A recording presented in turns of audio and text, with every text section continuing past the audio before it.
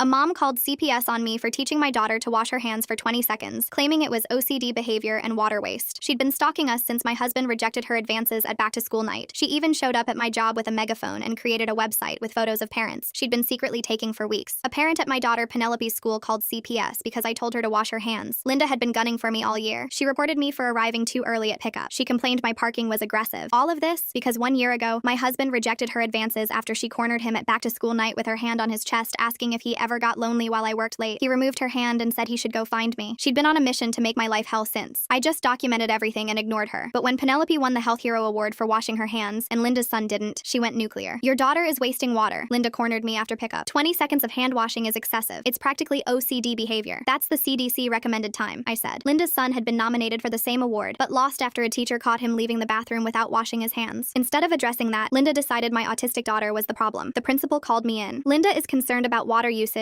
and possible mental health issues, she said, looking embarrassed. I would have just ignored her like always, but there was one problem. I'm a water treatment engineer. I literally calculate municipal water usage for a living, and there was no way I was letting that bitch win again. I pulled out my phone and showed her the CDC guidelines. 20 seconds is the medical standard. It uses less than a gallon of water. I know it's ridiculous, the principal said, but she's getting other parents involved. She demanded a school board meeting. The meeting was packed. That psycho beach Linda came prepared with printouts about water conservation and mental health statistics she'd found online. We're in a water crisis, she announced. She glared at me. When I mentioned I was a water treatment engineer and that 20 seconds only used half a gallon, she rolled her eyes. Credentials don't matter when we can see the waste happening, Linda shot back. That's when the district facilities supervisor stood up to defend me, but I told him to sit back down. I'm sorry, everyone. I then turned directly to face Linda. After taking everything in, I realized you're right. Suddenly, a huge smirk was plastered across her face while she nodded approvingly. Yeah, no kidding, she laughed, but I just let her have her moment. Because in the midst of all the water drama, I remembered something. Linda was going through a divorce. She was unemployed, and everyone had seen her kid line up in the free food queue during lunch. And at the end of the day, I didn't want to make her life worse. Better to wave the white flag. We all filed out after that, and everyone on my side apologized to Linda for going against her. When I got home, my husband showed me a message on his phone. It was from Linda. She told him all about what had happened, and worded it in a way that made her seem like an innocent little girl. We both laughed at her, and he blocked her. I think that was my husband's 5th rejection of her LOL. I thought that was that, until the next day. Because at 9 a.m., I woke up to CPS banging on my door. 2 caseworkers stood there with a police officer. My daughter came downstairs for breakfast and asked why the police were there. The caseworkers insisted on inspecting our home immediately. When they were finished investigating, they all had an extremely confused expression on their faces. The report claimed we were starving our daughter, keeping her locked in the basement, and that my husband was inappropriately touching them during forced washing rituals. The whole investigation took 6 hours while my daughter missed school and I missed work. If it wasn't for some quick thinking, I would have lost my kid. It was pretty obvious that Linda was behind it all, but I didn't want to point fingers until I had some concrete evidence. And the next day, I got it, because I was picking my daughter up from school when I heard an annoying voice speaking behind me. I turned around to see Linda, bragging about how she had put me in my place. The moms beside her looked concerned, but I ignored them. Oh, I didn't even notice you standing in front of me. Her voice dripped with self-righteousness. Guess I better come clean about yesterday. My bad. I really did think your husband was